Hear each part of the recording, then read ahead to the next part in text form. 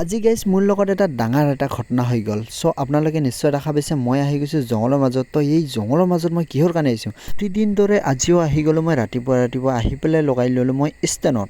সময় ৰখাৰ পিছতে ভাইটিজন এটা দৌৰি আহিলে, আহি পেলাই কৈ আছে যাবা। মই বাপেকে ক'লোঁ কিয় নাযাম। তো তাৰে মাজতে আৰু এজন আহিলে, আৰু এজন কৈ পেলাই ভৰ্তি হৈ গ'ল। তাৰপিছত ইহঁতক বাই বাই কৈ পেলাই মই যাবলৈ ধৰিলোঁ। আৰু পিছত ক'ত যাম আপোনালোকে নিশ্চয় গম পাইছে, মই যাম এতিয়া দ্বাৰকা।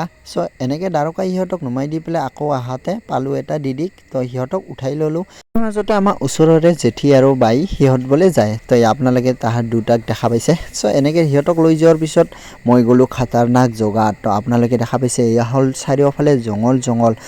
ভাই মোক ইমান ফাটি আছিলে, ইমান ভয় লাগিলে আছে, কাৰণ মই অকলে গৈ আছিলোঁ।